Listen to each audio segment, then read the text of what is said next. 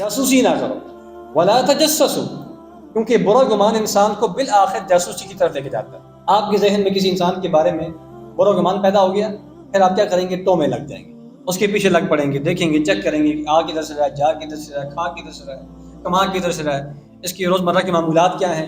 یہ سب برے گمان کے اثرات ہیں، اس کے نتائج ہیں۔ جب آپ کا اچھا گمان کسی کے بارے میں ہوگا، آپ کو پریشانی کوئی نہیں، کوئی کیا کر رہا ہے، کوئی کہاں سے آ رہا ہے، کوئی کہاں سے جا رہا ہے، کوئی ٹینشن۔ لیکن جب برا گمان ہے تو پھر آپ اس کے پیچھے چل پڑتے ہیں۔ لا تتبعوا عورات المسلمین، فرمایا کہ مسلمانوں کے جو پوشیدہ باتیں ہیں، جو عیوب ہیں، جو راز ہیں، ان کے پیچھے نہ لگو۔ پھر آپ نے کیا فرمایا؟